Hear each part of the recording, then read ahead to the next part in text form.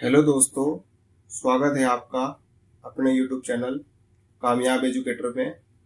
आज के इस वीडियो में हम NCERT MCQ सीरीज जो क्लास 6 to 10 चैप्टर वाइज बनाई गई है, उसकी कक्षा 8 की इतिहास की पुस्तक हमारे अतीत भाग 3 का चैप्टर वाइज MCQ का रिव्यू करेंगे, जो DSSB और EMRS TGT सोशल साइंस के एग्जाम की तैयारी के लिए काफ़ी बेनिफिशियल रहेगा।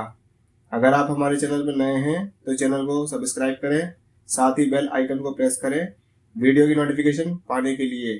तो चलिए शुरू करते हैं। तो दोस्तों, ये है हमारी कक्षा 8 की हमारे अतीत भाग 3, जिसका पहले चैप्टर का नाम है कैसे, कब और कहाँ। तो चलिए शुरू करते हैं। पहला क्वेश्चन है, राष्ट्रीय संग्रहालय और राष्ट्रीय अभिलेखागार कहाँ पर स्थित है? दिल्ली में। अगले सवाल की ओर चलते हैं, इतिहास को कितने कालों में विभाजित किया गया है? 3। अगले सवाल की तरफ बढ़ते हैं, जेम्स मिल ने भारत के इतिहास को किन 3 कालखंडों में बांटा है? सभी। अगले सवाल की ओर बढ़ते हैं, ब्रिटिश भारत का अंतिम वायसराय कौन था? Lord Mountbatten. अगले सवाल की ओर चलते हैं, लॉर्ड वॉरेन हेस्टिंग्स भारत के गवर्नर जनरल कब बने? 1773 ईस्वी में। अगले सवाल की ओर बढ़ते हैं, जेम्स मिल स्कॉटलैंड द्वारा लिखित पुस्तक का नाम क्या है? History of British India. अगले सवाल की ओर बढ़ते हैं, भारतीय इतिहास के औपनिवेशिक युग से क्या अभिप्राय है? ब्रिटिश काल से। अगले सवाल की ओर बढ़ते हैं, ब्रिटिश काल के महत्वपूर्ण दस्तावेजों को बचाकर रखने के लिए क्या बनाए गए? अभिलेखागार और संग्रहालय, एक और तो दोनों। अगले सवाल की ओर बढ़ते हैं, 1817 में भारत के इतिहास को हिंदू, मुस्लिम तथा ब्रिटिश नामक 3 कालखंडों में बांटने वाला स्कॉटलैंड का दार्शनिक कौन था? तो उसका नाम था जेम्स मिल। अगले सवाल की ओर बढ़ते हैं, अंग्रेजी काल में जनगणना के माध्यम से निम्न जानकारी प्राप्त की जाती है? उपरोक्त सभी। अगले सवाल की ओर बढ़ते हैं, देश का शासन अच्छी तरह चलाने के लिए अंग्रेजों ने किस बात को विशेष महत्व दिया? सर्वेक्षण। अगले सवाल की ओर बढ़ते हैं, 1817 में भारत के इतिहास को हिंदू, मुस्लिम तथा ब्रिटिश नामक 3 कालों में बांटने वाला स्कॉटलैंड का दार्शनिक कौन था? उसका नाम था जेम्स मिल। अगले सवाल की ओर बढ़ते हैं, भारत में अंग्रेजी शासन को किस नाम से जाना जाता है? औपनिवेशिक युग। अगले सवाल की ओर बढ़ते हैं, एक वक्त में इतिहासकार किस चीज के जादू में खोए हुए होते हैं? तारीख। अगले सवाल की ओर बढ़ते हैं, कुछ लोगों की इतिहास के बारे में क्या धारणा है कि इतिहास बहुत उबाऊ है? अगले सवाल की ओर बढ़ते हैं, रॉबर्ट क्लाइव ने किसे हिंदुस्तान के नक्शे तैयार करने का काम सौंपा? James Rennell. अगले सवाल की ओर बढ़ते हैं, भारत के प्रथम गवर्नर जनरल कौन थे? तो वॉरेन हेस्टिंग्स। अगले सवाल की ओर बढ़ते हैं, भारत के अंतिम वायसराय कौन थे? Lord Mountbatten. अगले सवाल की ओर बढ़ते हैं, मिल ने क्या सुझाव दिया ताकि भारतीयों को ज्ञान और सुखी जीवन प्रदान किया जा सके? सारे भूभाग पर कब्जा। अगले सवाल की ओर बढ़ते हैं, भारतीय राष्ट्रीय अभिलेखागार कब बनाया गया? 1920 में। अगले सवाल की ओर बढ़ते हैं, भारत में पहली क्रांति कब हुई? 1857 में। अगले सवाल की ओर बढ़ते हैं, महारानी विक्टोरिया के तीसरे पुत्र का क्या नाम था? आर्थर। अगले सवाल की ओर बढ़ते हैं, आर्थर को क्या पदवी दी गई थी? Duke of Connaught. अगले सवाल की ओर बढ़ते हैं, वॉरेन हेस्टिंग्स प्रथम गवर्नर जनरल कब बने थे? 1773 में। अगले सवाल की ओर बढ़ते हैं, ब्रिटिश सत्ता की प्रतीक किसको कहा गया है? ब्रिटेनिया को। अगले सवाल की ओर बढ़ते हैं, भारतीय ब्राह्मण ने इंग्लैंड के ब्रिटेनिया को शास्त्र भेंट कर कब दिया था? तो 1782 में। अगले सवाल की ओर बढ़ते हैं, शास्त्र भेंट किसको कहा गया था? प्राचीन पवित्र ग्रंथ को। अगले सवाल की ओर बढ़ते हैं, लिप्टन चाय का विज्ञापन कब तैयार किया गया था? 1922 में। अगले सवाल की ओर बढ़ते हैं, निम्न में से गवर्नर के पद पर कौन नहीं रहे थे? तो रेनल नहीं रहे थे। अगले सवाल की ओर बढ़ते हैं, अंग्रेजों की मदद के बिना हिंदुस्तान प्रगति नहीं कर सकता, किसने कहा? जेम्स मिल ने। अगले सवाल की ओर बढ़ते हैं, जब एक देश दूसरे की नकल करके अपने में बदलाव लाए तो उसे क्या कहते हैं? औपनिवेशिक। अगले सवाल की ओर बढ़ते हैं, महत्वपूर्ण दस्तावेजों को बचाकर रखने की जगह को क्या कहते हैं? अभिलेखागार। अगले सवाल की ओर बढ़ते हैं, पश्चिम में आधुनिक काल की विशेषता कौन सी मानी जाती है? तो इसमें मानी जाती है उपरोक्त सभी। अगले सवाल की ओर बढ़ते हैं, अंग्रेजों के अनुसार शासन चलाने के लिए क्या महत्वपूर्ण है? सर्वेक्षण। तो दोस्तों, बढ़ते हैं अपने अगले चैप्टर की ओर, व्यापार से साम्राज्य तक कंपनी की सत्ता स्थापित होती है। तो पहला सवाल है, कलकत्ता का पुराना नाम क्या है? कालिकाता। अगले सवाल की ओर बढ़ते हैं, कंपनी को बिना शुल्क चुकाए व्यापार की अनुमति किसने दी थी? औरंगजेब ने। अगले सवाल की ओर बढ़ते हैं, नवाब मुर्शिद कुली खां कहाँ के नवाब थे? बंगाल के। अगले सवाल की ओर बढ़ते हैं, मद्रास के जहाजों से सामान लाते स्थानीय जहाजों का चित्र किसने बनाया था? विलियम सिम्पसन ने। अगले सवाल की ओर बढ़ते हैं, मुर्शिद कुली खां के बाद बंगाल के नवाब कौन बने? अलवर्दी खां। अगले सवाल की ओर बढ़ते हैं, अलीवर्दी खां की मृत्यु के बाद नवाब कौन बना? सिराजुद्दौला। अगले सवाल की ओर बढ़ते हैं, कंपनी के व्यापार को कौन ठेस पहुंचाने लगे थे? उपरोक्त सभी।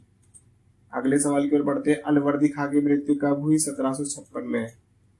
अगले सवाल की ओर बढ़ते हैं, सिराजुद्दौला कब नवाब बने? 1756 में। अगले सवाल की ओर बढ़ते हैं, पलासी का असली नाम क्या था? पलाशी। अगले सवाल की ओर बढ़ते हैं, पलाशी का क्या मतलब है? पलाश के फूल। अगले सवाल की ओर बढ़ते हैं, निम्न में से पलाश के फूलों का रंग कैसा है? लाल। अगले सवाल की ओर बढ़ते हैं, पलाश के फूलों का क्या बनाया जाता है? गुलाल। अगले सवाल की ओर बढ़ते हैं, 1757 ईस्वी में अंग्रेजी शासक कौन था? Robert Clive. अगले सवाल की ओर बढ़ते हैं, नवाब सिराजुद्दौला की हार का मुख्य कारण क्या था? मीर जाफर की गद्दारी। अगले सवाल की ओर बढ़ते हैं, सिराजुद्दौला की मृत्यु के बाद कौन नवाब बना? मीर जाफर। अगले सवाल की ओर बढ़ते हैं, बक्सर की लड़ाई कब हुई थी? 1764 में। अगले सवाल की ओर बढ़ते हैं, बक्सर की लड़ाई में कौन हारा था? मीर कासिम। अगले सवाल की ओर बढ़ते हैं, जब रॉबर्ट क्लाइव भारत आया था तब उनकी आयु कितनी थी? 18 साल। अगले सवाल की ओर बढ़ते हैं, रॉबर्ट क्लाइव ने आत्महत्या कब की थी? 1774 में। अगले सवाल की ओर बढ़ते हैं, सहायक संधि कब और किसने चलाई? रिचर्ड वेलेजली 1801 में। अगले सवाल की तरफ बढ़ते हैं, विलय नीति किसने चलाई? लॉर्ड डलहौजी ने। अगले सवाल की ओर बढ़ते हैं, कलेक्टर की पदवी कब आई थी? 1771 में। अगले सवाल की ओर बढ़ते हैं, काजी का मतलब क्या होता है? न्यायाधीश। अगले सवाल की ओर बढ़ते हैं, सर्वोच्च अदालत की स्थापना कब हुई थी? 1773 में। अगले सवाल की ओर बढ़ते हैं, मैसूर और अंग्रेजों में कौन कौन से युद्ध हुए थे? तो उपरोक्त सभी। अगले सवाल की ओर बढ़ते हैं, टीपू सुल्तान की मृत्यु कब हुई थी? 4 मई 1799 में। अगले सवाल की ओर बढ़ते हैं, सालाबाई संधि कब हुई थी? 1782 में। अगले सवाल की ओर बढ़ते हैं, हरियाणा का क्षेत्र पंजाब में कब मिलाया गया था? तो 1858 में। अगले सवाल की ओर बढ़ते हैं, सर्वोच्चता की नीति किसने शुरू की थी? लॉर्ड हेस्टिंग ने। अगले सवाल की ओर बढ़ते हैं, कितूर इलाके पर कब्जे का विरोध किसने किया था? रानी चेन्नम्मा ने। अगले सवाल की ओर बढ़ते हैं, महाराणा रणजीत सिंह की मृत्यु कब हुई थी? 1839 में। अगले सवाल की ओर बढ़ते हैं, पंजाब कब अंग्रेजी राज्य में मिला लिया गया? 1849 में। तो दोस्तों बढ़ते हैं अपने अगले चैप्टर की ओर, ग्रामीण क्षेत्र पर शासन चलाना। पहला सवाल है, ईस्ट इंडिया कंपनी को बंगाल, बिहार और उड़ीसा की दीवानी कब मिली? 1765 में। अगले सवाल की ओर बढ़ते हैं, ईस्ट इंडिया कंपनी को भारत का दीवान कब तैनात किया गया? 1765 में। अगले सवाल की ओर बढ़ते हैं, स्थायी बंदोबस्त कब लागू किया गया? 1793 में। अगले सवाल की ओर बढ़ते हैं, स्थायी बंदोबस्त किस गवर्नर जनरल के काल में लागू किया गया? लॉर्ड कॉर्नवालिस ने। अगले सवाल की ओर बढ़ते हैं, नील विद्रोह कब हुआ था? 1859 में। अगले सवाल की ओर बढ़ते हैं, महात्मा गांधी ने नील बगान मालिकों के खिलाफ कौन से आंदोलन की शुरुआत की? चंपारण। अगले सवाल की ओर बढ़ते हैं, नील मजदूरों की हालत कैसी थी? दयनीय। अगले सवाल की ओर बढ़ते हैं, महात्मा गांधी 1917 में कहां से लौटे थे? दक्षिण अफ्रीका। दोस्तों इसमें बाई मिस्टेक हो गया है, 1915 ही गलती से 17 हो गया है। अगले सवाल की ओर बढ़ते हैं, 19वीं सदी में किस प्रकार के रंगों का निर्माण होने लगा? कृत्रिम। अगले सवाल की ओर बढ़ते हैं, अंग्रेजों के लिए बड़ी घटना क्या थी? बंगाल की दीवानी हासिल करना। अगले सवाल की ओर बढ़ते हैं, किस चीज को व्यवस्थित करने का रास्ता ढूंढना था? उपरोक्त सभी। अगले सवाल की ओर बढ़ते हैं, व्यापारी कंपनी को क्या ख्याल रखना चाहिए? उपरोक्त सभी।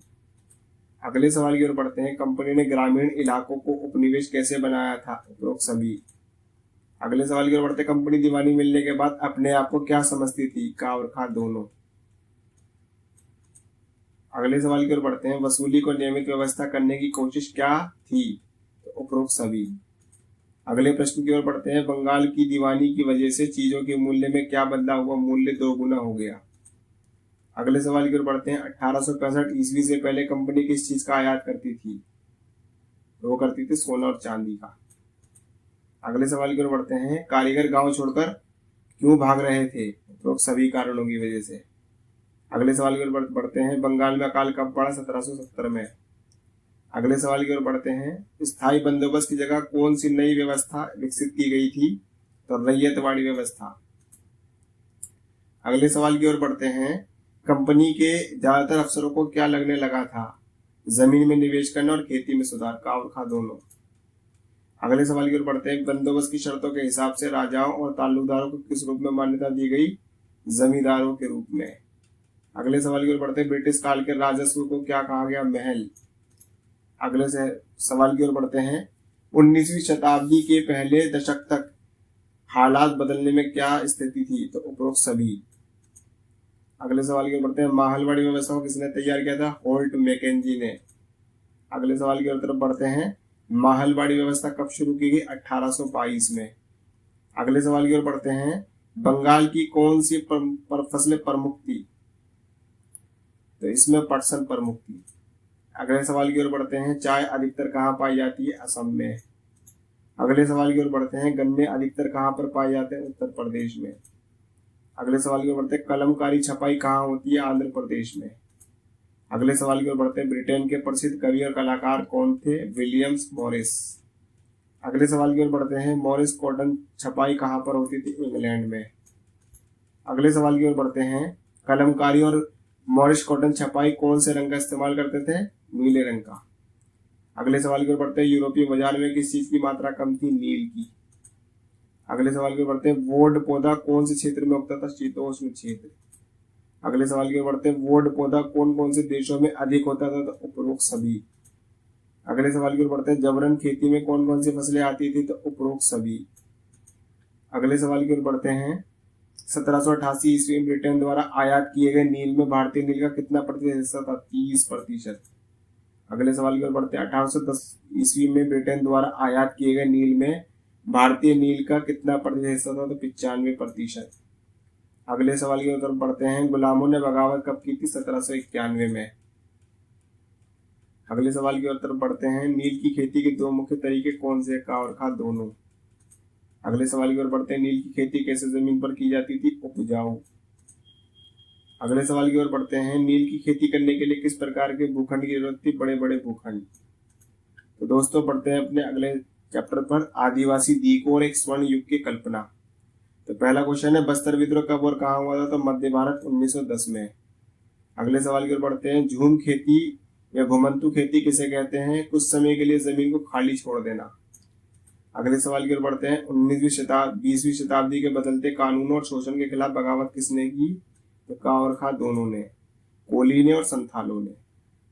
अगले सवाल की ओर बढ़ते हैं, बिरसा नाम का एक आदमी कहाँ घूम रहा था? झारखंड में। अगले सवाल की ओर बढ़ते हैं, बिरसा का जन्म कब हुआ था? 1870 में। अगले सवाल की ओर बढ़ते हैं, बिरसा कौन से परिवार से जुड़ा था? मुंडा में। अगले सवाल की ओर बढ़ते हैं, मुंडा जनजाति समूह कहाँ पर है? छोटा नागपुर में। अगले सवाल की तरफ बढ़ते हैं, बिरसा का बचपन कैसे बीता? उपरोक्त सभी कार्य करते हुए। अगले सवाल की ओर बढ़ते हैं, बिरसा की परवरिश कहाँ पर हुई थी? घरों में। अगले सवाल की ओर बढ़ते हैं, बिरसा ने खुद क्या ऐलान कर दिया? उपरोक्त सभी। बिरसा किस धर्म का अनुयायी था? वैष्णव। अगले सवाल की ओर, वैष्णव का क्या अर्थ था? का और खा दोनों। अगले सवाल की ओर बढ़ते हैं, बिरसा मुंडा किसके विरोधी थे? हिंदू और जमींदारों दोनों के। अगले सवाल की ओर बढ़ते हैं, मुंडा लोगों के अच्छे जीवन में क्या शामिल था? उपरोक्त सभी। बिरसा को कब गिरफ्तार किया गया? 1895 में। अगला प्रश्न देखते हैं, बिरसा को कितनी सजा हुई? 2 साल की। अगले सवाल की ओर बढ़ते हैं, बिरसा की मौत कैसे हुई थी? हैजे की बीमारी से। अगले सवाल की ओर बढ़ते हैं, झारखंड में कौन सी जनजातियां हैं? तो उपरोक्त सभी, मुंडा, संथाल, उरांव। अगले सवाल पे चलते हैं, प्रति शब्द का क्या अर्थ होता है? कुछ समय के लिए जमीन को खाली छोड़ना। अगले सवाल की ओर बढ़ते हैं, झूम खेती का दूसरा नाम क्या है? घुमंतु खेती। अगले सवाल की ओर बढ़ते हैं, झूम खेती कैसे करते थे? तो उपरोक्त सभी तरीके से करते थे। अगले सवाल की ओर बढ़ते हैं, राख में क्या होता है? तो उपरोक्त सभी। अगले सवाल की ओर बढ़ते हैं, घुमंतु किसान कहाँ पर रहते थे? का और खा दोनों में। अगले सवाल की ओर बढ़ते हैं, खोंड समुदाय कहाँ का रहने वाला था? उड़ीसा का। अगले सवाल की ओर बढ़ते हैं, जंगलों में रहने वाले समुदाय का भोजन कैसा होता था? का और खा दोनों। अगले सवाल की ओर बढ़ते हैं, खोंड समुदाय के लोग खाना पकाने के लिए किस चीज का इस्तेमाल करते थे? का और खा दोनों। अगले सवाल की ओर बढ़ते हैं। कपड़े और चमड़ी की रंगाई के लिए क्या इस्तेमाल किया जाता है? कुसुम के पलाश के फूल। अगले सवाल की ओर बढ़ते हैं। महुआ का क्या अर्थ होता है? उपरोक्त सभी। अगले सवाल की ओर बढ़ते हैं। बिरसा की मौत कब हुई थी? सन 1900 में। अगले सवाल की ओर बढ़ते हैं। साल शब्द का क्या अर्थ होता है? एक पेड़। अगले सवाल की ओर बढ़ते हैं। गुज्जर जनजाति कहाँ पाई जाती है? पंजाब में। अगले सवाल की ओर बढ़ते हैं। लबाड़िया कहाँ की जनजाति है? आंध्र प्रदेश में। अगले सवाल की ओर बढ़ते हैं। भेड़ों को कौन पालता है? लबाड़िया। अगले सवाल की ओर बढ़ते हैं। भेड़ों के झुंड को क्या कहते हैं? रेवण। अगले सवाल की ओर बढ़ते हैं। गडरिये कहाँ पर रहते थे? कुल्लू। अगले सवाल की ओर बढ़ते हैं। ब्रिटिश अफसरों की नजर में सभ्य कौन थे? का और खा दोनों। अगले सवाल की ओर बढ़ते हैं। मध्य प्रदेश में घुमंतू खेती को क्या कहा जाता था? बेवड़। अगले सवाल की ओर बढ़ते हैं। बर्बर शब्द किसके लिए इस्तेमाल किया गया? जंगलों में रहने वालों के लिए। अगले सवाल की ओर बढ़ते हैं। अंग्रेजों के आने से पहले आदिवासी मुखियाओं का स्थान कैसा था? तो उपरोक्त सभी। अगले सवाल की ओर बढ़ते हैं। स्लीपर किसे कहते हैं? जिस पर रेल की पटरियां बिछाई जाती है। अगले सवाल की ओर बढ़ते हैं। वन कानून का विरोध कब और कहाँ हुआ था? तो का और खा दोनों में। अगले सवाल की ओर बढ़ते हैं। 18वीं शताब्दी में भारत में किस चीज की मांग और उत्पन्न हो गई थी? तो वह थी रेशम। अगले सवाल की ओर बढ़ते हैं। रेशम के कीड़े कौन पालते थे? उपरोक्त सभी। अगले सवाल की ओर बढ़ते हैं। चाय के बागान और खनन उद्योग कब फैलने लगे? 19वीं शताब्दी में। अगले सवाल की ओर बढ़ते हैं। कोयला खदान कहाँ पर थी? का और खा दोनों में। अगले सवाल की ओर बढ़ते हैं। वर्ली विद्रोह कब और कहाँ हुआ था? 1940 महाराष्ट्र में। अगले सवाल की ओर बढ़ते हैं। बस्तर और वर्ली क्या थे? तो उपरोक्त सभी। अगले सवाल की ओर बढ़ते हैं। 1895 में झारखंड में छोटा नागपुर के जंगलों और गांव में किस व्यक्ति को घूमते देखा गया? तो वह थे बिरसा मुंडा। तो दोस्तों बढ़ते हैं अपने अगले चैप्टर की ओर। चैप्टर नंबर 5, जब जनता बगावत करती है 1857 और उसके बाद। पहला क्वेश्चन है। नाना साहेब किसके दत्तक पुत्र थे? पेशवा बाजीराव द्वितीय। अगले सवाल की ओर बढ़ते हैं। 18वीं शताब्दी में क्या हुआ था? तो उपरोक्त सभी घटनाएं घटी थी। अगले सवाल की ओर चलते हैं। झांसी की रानी क्या चाहती थी? का और खा दोनों। अगले सवाल की ओर बढ़ते हैं। रानी लक्ष्मीबाई की मौत कब हुई थी? 1858 में। अगले सवाल की ओर बढ़ते हैं। अवध अंग्रेजों के कब्जे में कब आया? 1856 में। अगले सवाल की ओर बढ़ते हैं। अवध क्या था? रियासत। अगले सवाल की ओर बढ़ते हैं। 1856 ईस्वी में गवर्नर कौन था? डलहौजी। अगले सवाल की ओर बढ़ते हैं। कंपनी ने किसके शासन को खत्म करने के लिए पूरी तरह से मन बना लिया था? मुगलों का।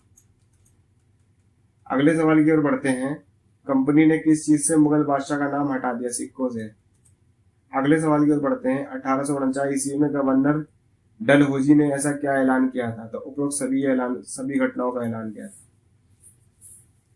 अगले सवाल की ओर बढ़ते हैं। 1856 में गवर्नर कैनिंग ने क्या फैसला लिया था? उपरोक्त सभी।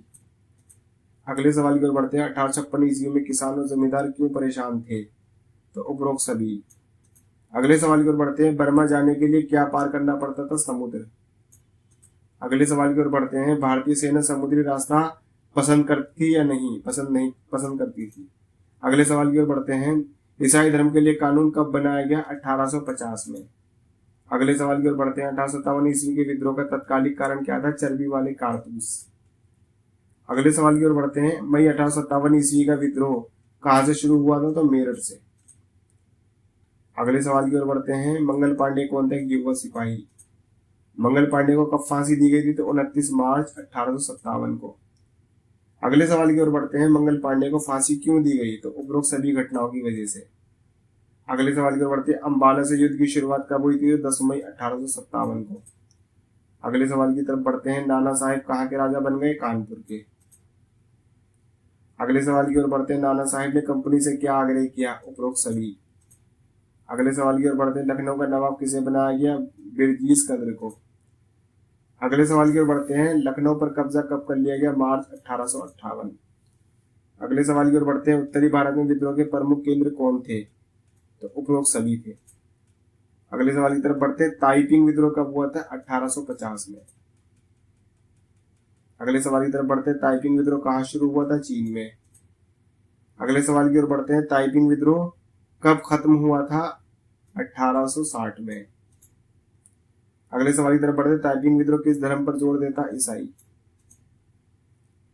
अगले प्रश्न की तरफ चलते हैं, ताइपिंग विद्रोह क्या अर्थ होता है? उपरोक्त सभी। अगले सवाल की तरफ चलते हैं, 1857 ईस्वी के विद्रोह के नेता कौन कौन थे? तो उपरोक्त सभी थे। अगले सवाल पर बढ़ते हैं, कुंवर सिंह विद्रोही सिपाही कहाँ के रहने वाले थे? तो बिहार के। अगले सवाल की तरफ बढ़ते, दिल्ली दोबारा कब कंपनी के कब्जे में आई थी? 1859 में। अगले सवाल की तरफ बढ़ते हैं, 1857 ईस्वी में दिल्ली पर कब्जे के बाद कंपनी ने क्या किया? तो उपरोक्त सभी कार्य। अगले सवाल की तरफ बढ़ते हैं, बहादुर शाह जफर द्वितीय की मौत कब हुई? 1862 में। अगले सवाल की तरफ बढ़ते हैं, अवध पर सहायक संधि कब थोपी गई? 1801 में। अगले सवाल की तरफ बढ़ते हैं, अवध को अंग्रेजी राज्य में मिलाने वाला व्यक्ति कौन था? लॉर्ड डलहौजी। अगले सवाल की तरफ बढ़ते हैं, बहादुर शाह जफर के अंतिम मुगल बादशाह होने की घोषणा की लॉर्ड कैनिंग ने। अगले सवाल की तरफ बढ़ते हैं, कंपनी के सैनिकों के लिए समुद्र पार जाने संबंधी कानून कब पास हुआ था? 1856 में। अगले सवाल की तरफ बढ़ते हैं, 1857 के विद्रोह की शुरुआत कब हुई? 10 मई को। अगले सवाल की तरफ बढ़ते हैं, अंग्रेजी शासन के विरुद्ध पहला भारतीय विद्रोह हुआ था 1857 में। अगले सवाल की तरफ बढ़ते हैं, 1857 के विद्रोह में निम्न को देश का बादशाह घोषित किया गया? बहादुर शाह जफर को। अगले सवाल की तरफ बढ़ते हैं, 18वीं सदी के मध्य से ही किनकी ताकत छिनने लगी थी? तो उपरोक्त राजाओं और नवाबों की। अगले सवाल की तरफ बढ़ते हैं, गवर्नर जनरल कैनिंग ने फैसला कब किया कि बहादुर शाह जफर आखिरी मुगल बादशाह होंगे? 1856 में। अगले सवाल की तरफ बढ़ते हैं, सबसे पहले विद्रोह किसने किया? सेना ने। अगले सवाल की तरफ बढ़ते हैं, भारत की पहली क्रांति कब हुई थी? 1857 में। अगले सवाल की तरफ बढ़ते हैं, कौन से सैनिक को फांसी देने के विद्रोह भड़क उठा था? मंगल पांडे। अगले सवाल की तरफ बढ़ते हैं, प्रमुख सैनिक छावनी कहाँ थी? अंबाला में। अगले सवाल की तरफ बढ़ते हैं, अंबाला में क्रांति की शुरुआत कब हुई? 10 मई 1857 में। अगले सवाल की तरफ बढ़ते हैं, बहादुर शाह जफर और उनकी पत्नी बेगम जीनत को कौन सी जेल में भेजा गया था? Rangoon jail. अगले सवाल की तरफ बढ़ते हैं, बहादुर शाह की मृत्यु कब हुई? 1862 में।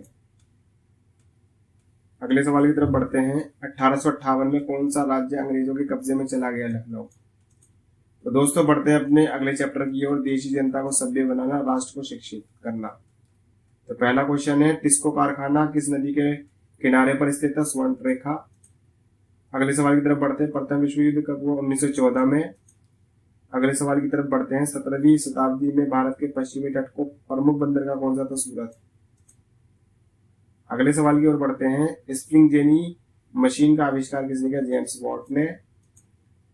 अगले सवाल की ओर बढ़ते हैं, किस उद्योग के पनपने के बाद ब्रिटेन दुनिया का कारखाना कहलाने लगा? लोहा और इस्पात उद्योग।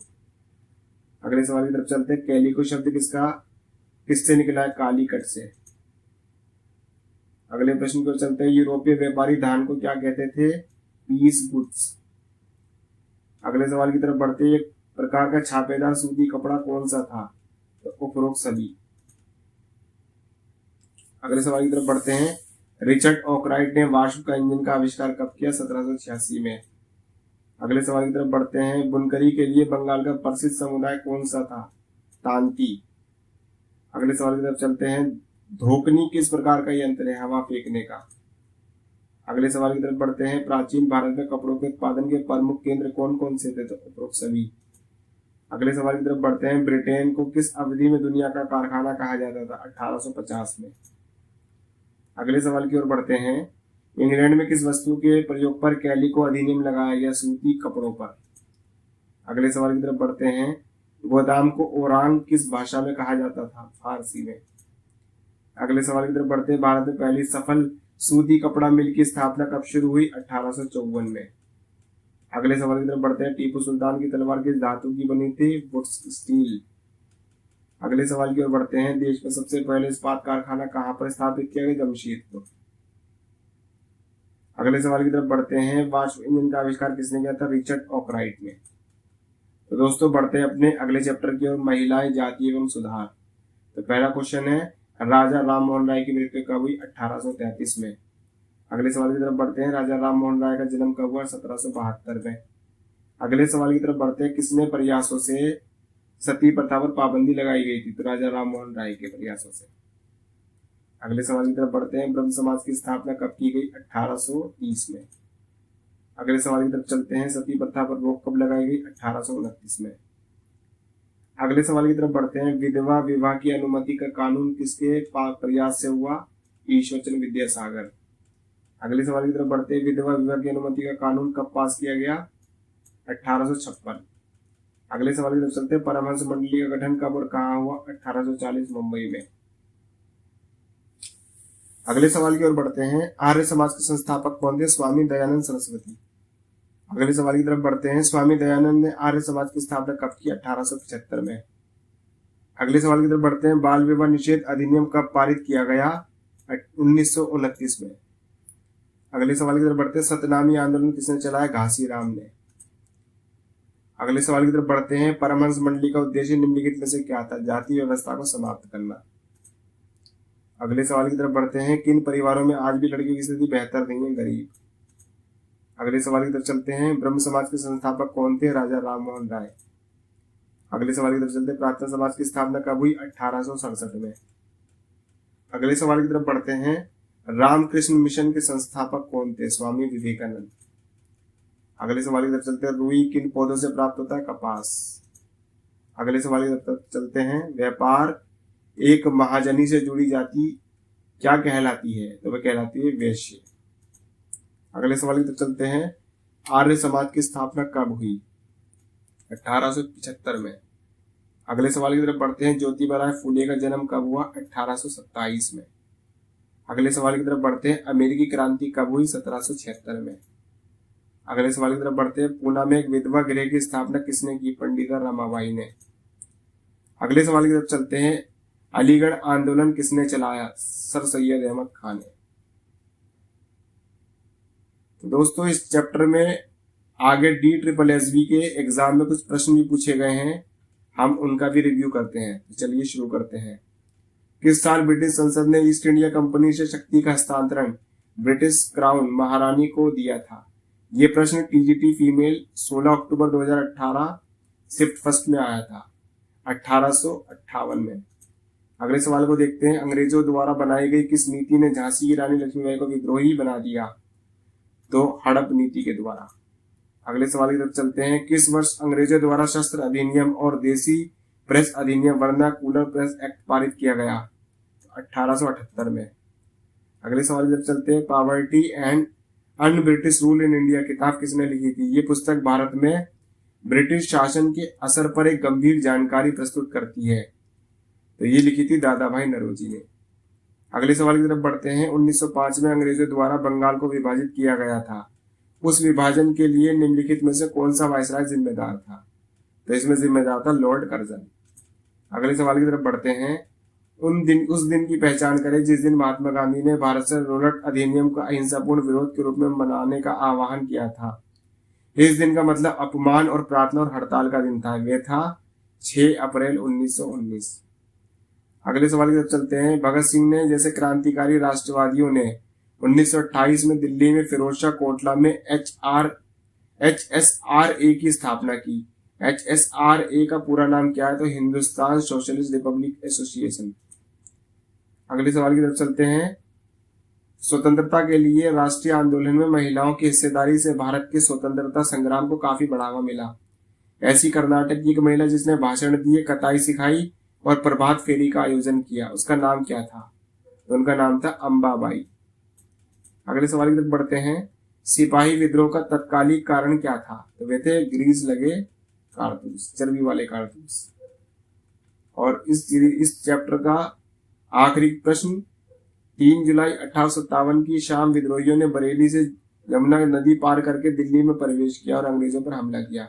इस हमले को किस रूप से जाना जाता है? तो इसको जाना जाता है कैवेलरी लाइंस का युद्ध। तो दोस्तों ये था हमारा कक्षा 8 की इतिहास, हमारे अतीत भाग 3 का MCQ रिव्यू। ऐसे ही DSSB और EMRS TGT सोशल साइंस से जुड़ी हुई MCQ सीरीज पाने के लिए आप हमारे चैनल को लाइक करें, शेयर करें। अगर आप हमारे चैनल पर नए हैं तो सब्सक्राइब करें और बेल आइकन को प्रेस करें ताकि नोटिफिकेशन आपको मिलते रहे। तब तक के लिए मिलते हैं अगले वीडियो में। धन्यवाद।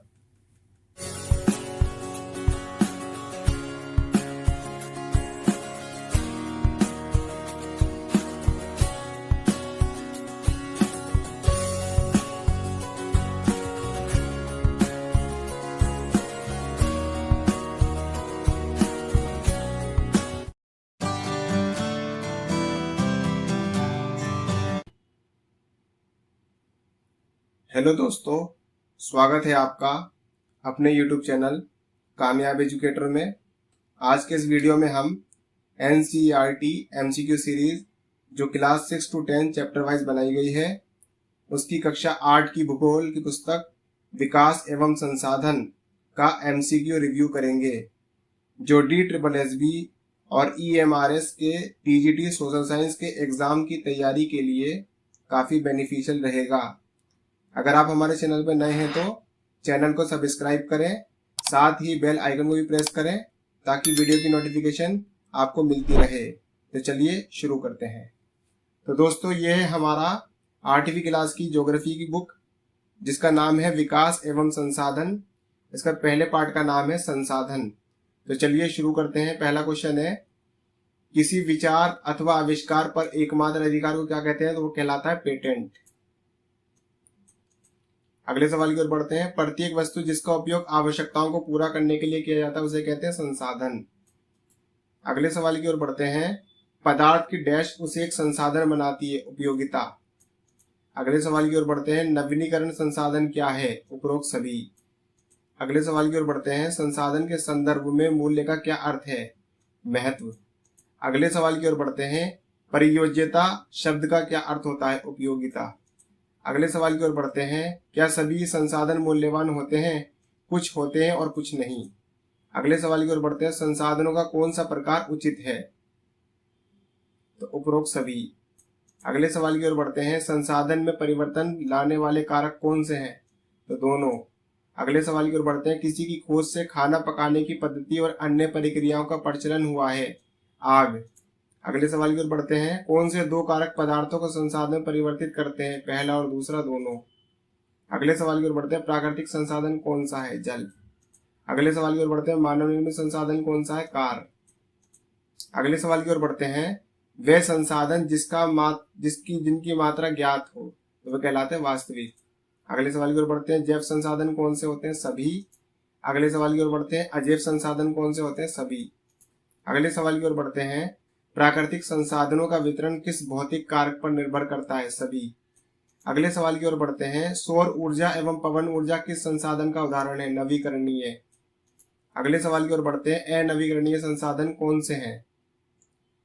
तो उपरोक्त सभी। अगले सवाल की ओर बढ़ते हैं। संसाधनों को बहुमूल्य बनाने वाले कारक कौन से हैं? सभी। अगले सवाल की ओर बढ़ते हैं। संसाधनों का संरक्षण कैसा होना चाहिए? पुनर्चक्रण। अगले सवाल की ओर बढ़ते हैं। संसाधनों को कितने भागों में बांटा जाता है? 3। अगले सवाल की ओर बढ़ते हैं। मानव निर्मित संसाधन कौन सा है? उपरोक्त सभी। अगले सवाल की ओर बढ़ते हैं। प्राकृतिक संसाधन कौन सा है? उपरोक्त सभी। बढ़ते हैं अपने अगले सवाल की ओर। जिन संसाधनों का निर्माण मानव करता है उसे क्या कहते हैं? मानव निर्मित। अगले सवाल की ओर बढ़ते हैं। प्राकृतिक संसाधन किसे कहते हैं? उपरोक्त दोनों। अगले सवाल को बढ़ते हैं। प्राकृतिक संसाधनों का वर्गीकरण किस आधार पर किया जाता है? उपरोक्त सभी। अगले सवाल की तरफ बढ़ते हैं। वास्तविक संसाधन किसे कहते हैं? जिनकी मात्रा ज्ञात हो। अगले सवाल की ओर बढ़ते हैं। निर्जीव वस्तुएं क्या कहलाती है? अजैव संसाधन। अगले सवाल की ओर बढ़ते हैं। लद्दाख में पाए जाने वाले यूरेनियम किस प्रकार का है? संभाव्य। अगले सवाल की बढ़ते हैं। पवन फार्मों में पवन चक्की के द्वारा ऊर्जा उत्पन्न की जाती है, वे किस राज्य में है? उपरोक्त सभी। अगले सवाल की ओर बढ़ते हैं। जो संसाधन शीघ्रता से नवीनीकृत हो जाते हैं वे क्या कहलाते हैं? नवीकरणीय। अगले सवाल की ओर बढ़ते हैं। जो संसाधन सभी जगह पर पाए जाते हैं उन्हें क्या कहते हैं? सर्वव्यापक। अगले सवाल की ओर बढ़ते हैं। जो संसाधन निश्चित जगह पर पाए जाते हैं? स्थानिक। अगले सवाल की ओर बढ़ते हैं। संसाधनों का सतर्कता पूर्वक उपयोग करना व उसका नवीकरणीय क्या कहलाता है? संसाधन संरक्षण। अगले सवाल की ओर बढ़ते हैं। संसाधनों का सावधानी पूर्वक उपयोग ताकि न केवल वर्तमान बल्कि भावी पीढ़ी की आवश्यकता को पूरा करे को क्या कहते हैं? सतत पोषणीय विकास।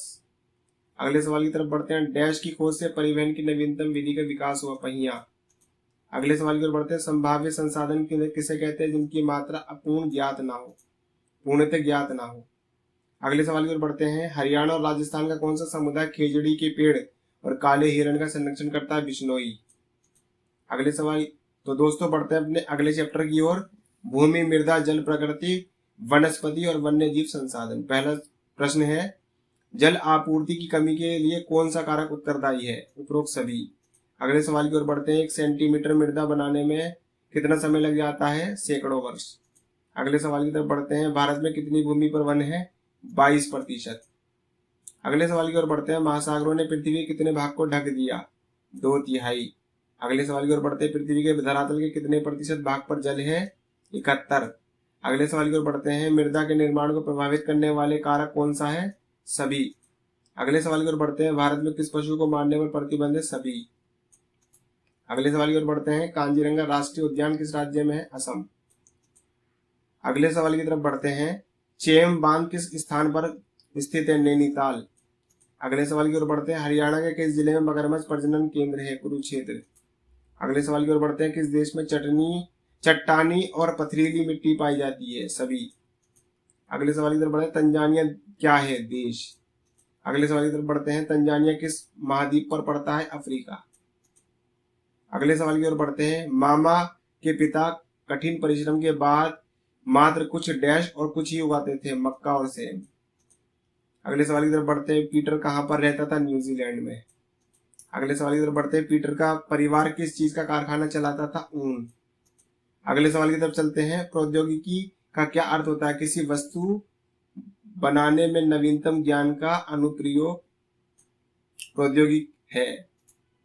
अगले सवाल की तरफ बढ़ते हैं। पीटर का परिवार जैविक कृषि द्वारा क्या उगाता था, सब्जियां। अगले सवाल की तरफ बढ़ते हैं। विश्व की 90% भूमि क्षेत्र के डैश प्रतिशत भाग पर रहती है, 30%। अगले सवाल की तरफ बढ़ते हैं। जलाक्रांत किसे कहा जाता है, जल से भरा हुआ। अगले सवाल की तरफ बढ़ते हैं। भूमि का उपयोग किस काम के लिए किया जाता है, उपरोक्त सभी। अगले सवाल की तरफ बढ़ते हैं। भूमि का उपयोग किन भौतिक कारकों द्वारा निर्धारित किया जाता है, उपरोक्त सभी। अगले सवाल की तरफ बढ़ते हैं। पर्यावरण के लिए क्या खतरनाक है, उपरोक्त सभी। अगले सवाल की तरफ बढ़ते हैं। भूस्खलन किसे कहा जाता है, उपरोक्त सभी घटनाओं को भूस्खलन कहा जाता है। पृथ्वी के पृष्ठ पर दानेदार कणों के आवरण की पतली परत क्या कहलाती है, मृदा। अगले सवाल की तरफ बढ़ते हैं। डैश और डैश पदार्थों का सही मिश्रण मृदा को उपजाऊ बनाता है, खनिज व जैव पदार्थ। अगले सवाल की तरफ बढ़ते हैं। भारत में किस प्रकार की मिट्टी पाई जाती है, उपरोक्त सभी। अगले सवाल की तरफ बढ़ते हैं। डैश और डैश मृदा संसाधन के लिए 2 मुख्य खतरे हैं, पहला और दूसरा दोनों। अगले सवाल की तरफ बढ़ते हैं। मृदा के निम्नीकरण में सहायक कारक कौन से हैं, उपरोक्त सभी। अगले सवाल की तरफ बढ़ते हैं। मृदा संरक्षण की विधियां कौन सी है, उपरोक्त सभी। अगले सवाल की तरफ बढ़ते हैं। नवीकरणीय प्राकृतिक संसाधन क्या है, उपरोक्त सभी। अगले सवाल की तरफ बढ़ते हैं। लवणीय जल कहाँ पर है, उपरोक्त सभी में। अगले सवाल की तरफ बढ़ते हैं। लवण जल कितने प्रतिशत है, तो 2.7%। अगले सवाल की तरफ बढ़ते हैं। लवण जल कितने प्रतिशत उपलब्ध है, 1%। अगले सवाल की तरफ बढ़ते हैं। रेशम कहाँ से प्राप्त किया जाता है, शहतूत से। अगले सवाल की तरफ बढ़ते हैं। स्थल मंडल, जलमंडल और वायुमंडल के बीच जुड़े एक संकरे क्षेत्र को क्या कहा जाता है, जैव मंडल। अगले सवाल की तरफ बढ़ते हैं। सभी जीव जातियां जीवित रहने के लिए एक दूसरे पर निर्भर रहती है, इस जीवन आधारित तंत्र को क्या कहते हैं, परितंत्र। अगले सवाल की तरफ बढ़ते हैं। डैश मृत जीव जंतु को खाने के कारण एक अपार्जक बनता है, वह गिद्ध। अगले सवाल की तरफ बढ़ते हैं। विश्व वनस्पति को कितने भागों में बांटा गया है, 4 भागों में। अगले सवाल की तरफ बढ़ते हैं। विश्व वनस्पति को किन 2 भागों में बांटा गया है, उपरोक्त दोनों, वन उपरोक्त सभी, वन घास स्थल और गुल्म और टुंड्रा। अगले सवाल की तरफ बढ़ते हैं। जो वन अपनी पत्तियों को एक साथ नहीं गिराते हैं उन्हें क्या कहते हैं, सदाहरित वन। अगले सवाल की तरफ बढ़ते हैं। जो वन अपनी पत्तियों को मौसम के अनुसार गिराते हैं उन्हें क्या कहते हैं, पर्णपाती वन। अगले सवाल की तरफ बढ़ते हैं। वन्य जीव व वनस्पति के सुरक्षित रखने के लिए क्या बनाए गए हैं, पहला और दूसरा दोनों। अगले सवाल की तरफ बढ़ते हैं। भूमि का उपयोग किस काम के लिए करते हैं, सभी के लिए। अगले सवाल की तरफ बढ़ते हैं। भूमि उपयोग को निर्धारित करने वाला कारक, मानवीय कारक कौन सा है, तो प्रौद्योगिकी। अगले सवाल की तरफ बढ़ते हैं। जल के प्रवाह को कम करने का क्या तरीका है, चट्टान बांध। अगले सवाल की तरफ बढ़ते हैं। शुष्क प्रदेशों में सिंचाई की कौन सी उपयोगी विधि होती है? ड्रिप और डपकन। अगले सवाल की तरफ बढ़ते हैं। कौन से पक्षी को पर्यावरण के एक महत्वपूर्ण शोधक माना जाता है? गिद्ध। अगले सवाल की तरफ बढ़ते हैं। कम वर्षा वाले शुष्क प्रदेशों की वनस्पति कौन सी होती है? तो वह होती है गुल्म और कटीली झाड़ियां। तो दोस्तों बढ़ते हैं अपने अगले चैप्टर की ओर, कृषि। पहला सवाल है प्राथमिक क्रियाएं कौन सी होती है? तो उपरोक्त सभी। अगले सवाल की तरफ बढ़ते हैं। द्वितीय क्रिया कौन सी होती है? तो उपरोक्त सभी। अगले सवाल की तरफ बढ़ते हैं। तृतीय क्रियाएं कौन सी होती है? तो उपरोक्त सभी। अगले सवाल की तरफ बढ़ते हैं। कृषि कौन सी क्रिया है? प्रथम। अगले सवाल की ओर बढ़ते हैं। भारत की कितने बड़ी जनसंख्या कृषि पर निर्भर है? 2/3। अगले सवाल की तरफ बढ़ते हैं। सेरिकल्चर किस प्रकार की कृषि है? रेशम कीटों की। अगले सवाल की तरफ बढ़ते हैं। पिस्सीकल्चर किससे संबंधित है? मत्स्य पालन की। अगले सवाल की तरफ चलते हैं। विटीकल्चर किससे संबंधित है? अंगूरों की खेती से। अगले सवाल की तरफ बढ़ते हैं। हॉर्टिकल्चर किसे कहते हैं? सब्जियों की बागवानी से। अगले सवाल की तरफ बढ़ते हैं। श्रम व प्रौद्योगिकी के स्तर के आधार पर कृषि कितने प्रकार की होती है? तो 2 प्रकार की होती है। अगले सवाल की तरफ बढ़ते हैं। श्रम व प्रौद्योगिकी के स्तर के आधार पर कृषि किस प्रकार की होती है? 1 और 2 दोनों। अगले सवाल की तरफ बढ़ते हैं। कृषक परिवार की आवश्यकता को पूरा करने के लिए कौन सी कृषि की जाती है? निर्वाह कृषि। अगले सवाल की तरफ बढ़ते हैं। स्थानांतरित कृषि किसे कहते हैं? बार बार स्थान बदलकर खेती करने को। अगले सवाल की तरफ बढ़ते हैं। स्थानांतरित कृषि विश्व के विभिन्न भागों में किस नाम से जानी जाती है? तो उपरोक्त सभी। अगले सवाल की तरफ चलते हैं। जलवासी कृषि किसे कहते हैं? तो 1 और 2 दोनों। अगले सवाल की तरफ चलते हैं। वाणिज्य कृषि किसे कहते हैं? जब फसल का उत्पादन और पशुपालन बाजार में विक्रय हेतु किया जाता है। अगले सवाल की तरफ चलते हैं। मिश्रित कृषि किसे कहते हैं? 1 और 2 दोनों। अगले सवाल की तरफ चलते हैं। विश्व की प्रमुख खाद्यान्न फसलें कौन सी हैं? तो उपरोक्त सभी। अगले सवाल की तरफ चलते हैं। पेय फसलें कौन सी होती है? 1 और 2 दोनों। अगले सवाल की तरफ चलते हैं। मिलेट किसे कहते हैं? मोटे अनाज को। अगले सवाल की तरफ चलते हैं। रेशेदार फसलें कौन सी होती है? जूट। अगले सवाल की ओर बढ़ते हैं। चावल की फसल के लिए किस प्रकार का मौसम की आवश्यकता होती है? तो उपरोक्त सभी। अगले सवाल की ओर बढ़ते हैं। चावल का अग्रणी देश कौन सा है? तो वह है चीन। अगले सवाल की ओर चलते हैं। चावल की फसल के लिए उपयुक्त भूमि कौन सी है? लैटराइट। अगले सवाल की ओर बढ़ते हैं। गेहूं किस ऋतु में होती है? शीत ऋतु। अगले सवाल की तरफ बढ़ते हैं। कपास को उगाने के लिए सर्वोत्तम मृदा कौन सी होती है? काली मिट्टी। अगले सवाल की तरफ बढ़ते हैं। कपास किस उद्योग के लिए महत्वपूर्ण है? सूती वस्त्र। अगले सवाल की ओर बढ़ते हैं। सुनहरा रेशा किसे कहते हैं? पटसन को। अगले सवाल की तरफ चलते हैं। कॉफी का अग्रणी देश कौन सा है? ब्राजील। अगले सवाल की ओर चलते हैं। कृषि का विकास किस तरह से हो सकता है? उपरोक्त सभी। अगले सवाल की ओर चलते हैं। संयुक्त राज्य अमेरिका में एक फार्म भारतीय फार्म की तुलना में कितना बड़ा होता है? बहुत बड़ा। अगले सवाल की ओर चलते हैं। संयुक्त राज्य अमेरिका में फार्म का आकार सामान्य तो कितना होता है? 250 हेक्टेयर। तो दोस्तों बढ़ते हैं अपने अगले चैप्टर की ओर, उद्योग। पहला सवाल है। लुगदी एवं कागज उद्योग किस पर आधारित है? वन आधारित। अगले सवाल की ओर बढ़ते हैं। विनिर्माण का क्या अर्थ होता है? विशेष निर्माण। अगले सवाल की ओर बढ़ते हैं। उद्योग का वर्गीकरण किस आधार पर किया जाता है? तो उपरोक्त सभी। अगले सवाल की ओर बढ़ते हैं। कृषि आधारित उद्योग कौन से होते हैं? तो उपरोक्त सभी। अगले सवाल की ओर बढ़ते हैं। खनिज आधारित उद्योग कौन से होते हैं? उपरोक्त सभी। अगले सवाल की ओर बढ़ते हैं। आकार के आधार पर उद्योग को कितने भागों में बांटा जाता है? 2। अगले सवाल की ओर बढ़ते हैं। स्वामित्व उद्योग में किसका अधिकार होता है? स्वयं का या स्वामी का? अगले सवाल की ओर बढ़ते हैं। उद्योग की अवस्थिति को प्रभावित करने वाले उद्योग कौन से होते हैं? कौन से कारक होते हैं? उपरोक्त सभी। अगले सवाल की ओर बढ़ते हैं। भारत में कहां कहां पर औद्योगिक केंद्र है? तो औद्योगिक केंद्र जो है उपरोक्त सभी में है। अगले सवाल की ओर बढ़ते हैं। भोपाल गैस त्रासदी कब हुई थी? तो 12 मार्च 1984 में। अगले सवाल की ओर बढ़ते हैं। भोपाल गैस त्रासदी में कौन सी गैस का रिसाव हुआ था? मिथाइल आइसोनेट। अगले सवाल की ओर बढ़ते हैं। लोहा इस्पात उद्योग कहां पर स्थित है? उपरोक्त सभी में। अगले सवाल की ओर बढ़ते हैं। वस्त्र उद्योग कहां पर अवस्थित है? उपरोक्त सभी में। अगले सवाल की ओर बढ़ते हैं। सूचना प्रौद्योगिकी उद्योग अवस्थित कहां पर है? कावरखा दोनों में। अगले सवाल की ओर बढ़ते हैं। किसे आधुनिक उद्योग का मेरुदंड कहा जाता है? इस्पात को। अगले सवाल की ओर बढ़ते हैं। प्रगलन किसे कहते हैं? इसके धातुओं को उसके अयस्कों द्वारा गलनांक बिंदु से अधिक तपाकर निष्कर्षित किया जाता है। अगले सवाल की ओर चलते हैं। Tata iron and steel company कहां पर अवस्थित है? झारखंड में। अगले सवाल की ओर बढ़ते हैं। भौगोलिक रूप से देश में लोहा इस्पात को लिए सुविधाजनक स्थान कौन सा है? जमशेदपुर। अगले सवाल की ओर बढ़ते हैं। टिस्को को डोलामाइट कहाँ से प्राप्त होता था? 1 और 2 दोनों में। अगले सवाल की ओर, पिट्सबर्ग कहाँ पर स्थित है? संयुक्त राज्य अमेरिका में। अगले सवाल की ओर बढ़ते हैं। मिनेसोटा की खानों में कौन सा अयस्क प्राप्त होता है? लौह अयस्क। अगले सवाल की ओर बढ़ते हैं। Tata iron and steel company किस नदी पर अवस्थित है? स्वर्ण रेखा। अगले सवाल की ओर बढ़ते हैं। वस्त्र निर्माण उद्योग में किसका प्रयोग किया जाता है? उपरोक्त सभी। अगले सवाल की ओर बढ़ते हैं। प्राकृतिक रेशे कौन से हैं? तो उपरोक्त सभी। अगले सवाल की ओर बढ़ते हैं। कौन सा उद्योग विश्व के प्राचीनतम उद्योगों में से एक है? सूती वस्त्र। अगले सवाल की ओर बढ़ते हैं। ढाका, मछलीपट्टनम, कालीकट, सूरत किस उद्योग के लिए प्रसिद्ध है? तो उपरोक्त सभी। अगले सवाल की ओर बढ़ते हैं। भारत में पहला सफल आधुनिक वस्त्र मिल कहाँ पर लगा था? मुंबई में। अगले सवाल की ओर बढ़ते हैं। भारत में पहला सफल आधुनिक वस्त्र मिल कहाँ पर लगी थी? 1854 में। अगले सवाल की ओर बढ़ते हैं। पतन का क्या अर्थ होता है? पत्तन का मतलब होता है बंदरगाह। अगले सवाल की ओर बढ़ते हैं। देश का पहला वस्त्र उद्योग कहाँ पर स्थित है? कलकत्ता में। अगले सवाल की ओर बढ़ते हैं। अहमदाबाद कहाँ पर स्थित है? गुजरात में। अगले सवाल की ओर बढ़ते हैं। अहमदाबाद गुजरात की किस नदी पर स्थित है? साबरमती। अगले सवाल की ओर बढ़ते हैं। अहमदाबाद में पहली सूती वस्त्र मिल कब स्थापित की गई थी? 1859 में। अगले सवाल की ओर बढ़ते हैं। ओसाका किस देश का महत्वपूर्ण वस्त्र उद्योग केंद्र है? तो वह है जापान में।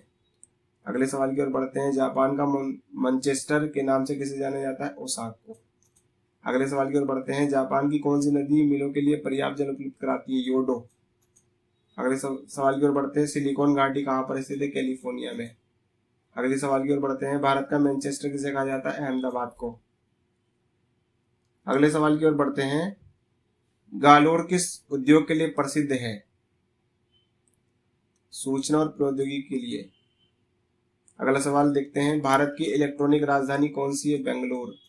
अगले सवाल की ओर बढ़ते हैं। आधुनिक उद्योगों का मेरुदंड कहलाता है इस्पात। अगले सवाल की ओर बढ़ते हैं। औद्योगिक तंत्र में क्या शामिल है? उपरोक्त सभी। अगले सवाल की ओर बढ़ते हैं। हरियाणा का कौन सा शहर बुनकरों का शहर कहलाता है? पानीपत। अगले सवाल की ओर बढ़ते हैं। हरियाणा का कौन सा शहर साइबर सिटी कहलाता है? गुरुग्राम। तो दोस्तों बढ़ते हैं अपने अगले चैप्टर की ओर, जिसका नाम है मानव संसाधन। पहला क्वेश्चन है, मानव संसाधन मंत्रालय का निर्माण कब हुआ? 1985 में। अगले सवाल की ओर बढ़ते हैं। मानव संसाधन मंत्रालय का निर्माण लोगों को क्या बढ़ाने के लिए हुआ था? कौशल। अगले सवाल की ओर बढ़ते हैं। क्या अन्य संसाधनों की भांति मानव संसाधन विश्व के समान रूप से वितरित है? नहीं। अगले सवाल की ओर बढ़ते हैं। विश्व की जनसंख्या 90% अधिक भूपृष्ठ के लगभग कितने प्रतिभाग पर निवास करते हैं? तो 10%। अगले सवाल की ओर बढ़ते हैं। विषुवत वृत्त की किस दिशा में अधिक रहती है? विषुवत वृत्त की किस दिशा में अधिक रहती है? उत्तर। अगले सवाल की ओर बढ़ते हैं। विश्व के 3/4 लोग किन महाद्वीपों पर रहते हैं? का और खा दोनों। अगले सवाल की ओर बढ़ते हैं। भारत की जनसंख्या घनत्व कितना है? 324। अगले सवाल की ओर बढ़ते हैं। जनसंख्या घनत्व किसे कहते हैं? पृथ्वी के पृष्ठ के 1 इकाई क्षेत्र में रहने वाले लोगों की संख्या को जनसंख्या घनत्व कहते हैं। अगले सवाल की ओर बढ़ते हैं। संपूर्ण विश्व का जनसंख्या घनत्व कितना है? 45। अगले सवाल की ओर बढ़ते हैं। जनसंख्या का सबसे अधिक घनत्व कहाँ पर है? दक्षिण मध्य एशिया। अगले सवाल की ओर बढ़ते हैं। जनसंख्या को प्रभावित करने वाला कारक कौन से? उपरोक्त सभी। अगले सवाल की ओर बढ़ते हैं। भारत में जीवन प्रत्याशा दर कितनी है? 64 वर्ष। अगले सवाल की ओर बढ़ते हैं। जन्म दर किसे कहते हैं? प्रति 1000 व्यक्तियों पर जीवित जन्मों की संख्या को मापा जाता है। अगले सवाल की ओर बढ़ते हैं। मृत्यु दर किसे कहते हैं? प्रति 1000 व्यक्तियों पर जीवित मृतकों की संख्या को मापा जाता है। अगले सवाल की ओर बढ़ते हैं। प्रवास किसे कहते हैं? किसी क्षेत्र विशेष में लोगों के आने जाने को प्रवास कहते हैं। अगले सवाल की ओर बढ़ते हैं। देश के अंदर बड़ी संख्या में किन कारणों से लोग ग्रामीण क्षेत्रों से नगरीय क्षेत्रों की ओर चले जाते हैं? तो उपरोक्त सभी।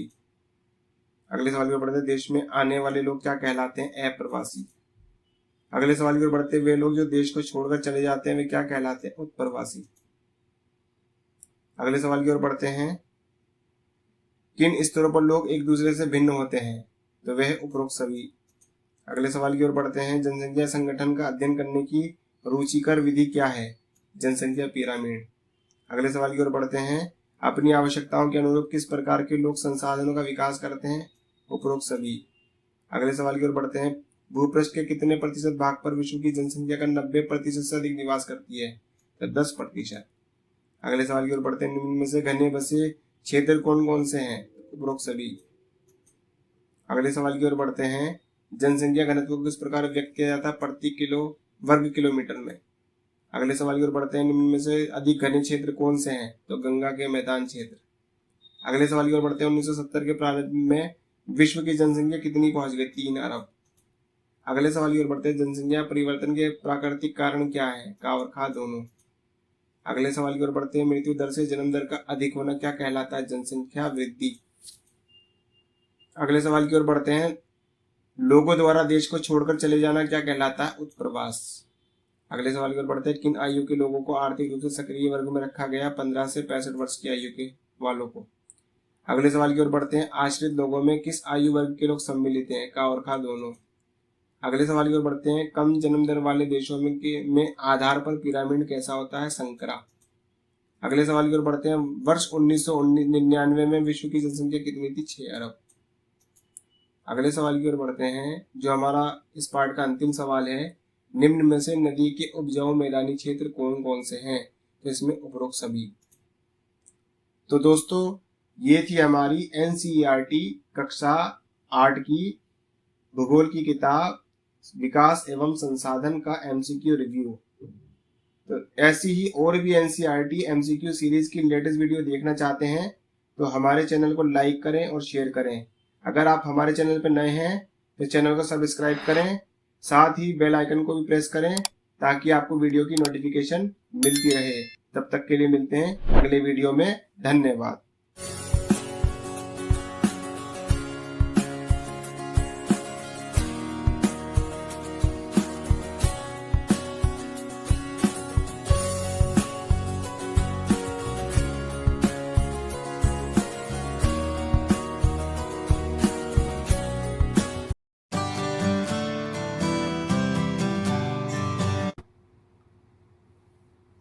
हेलो दोस्तों, स्वागत है आपका अपने YouTube चैनल कामयाब एजुकेटर में।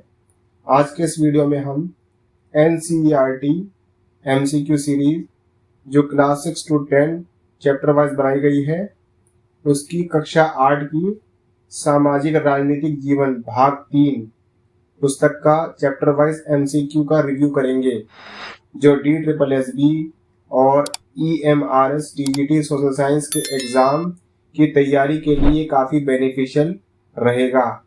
अगर आप हमारे चैनल पर नए हैं तो इस चैनल को सब्सक्राइब करें, साथ ही बेल आइकन को प्रेस करें वीडियो की नोटिफिकेशन पाने के लिए। तो चलिए शुरू करते हैं।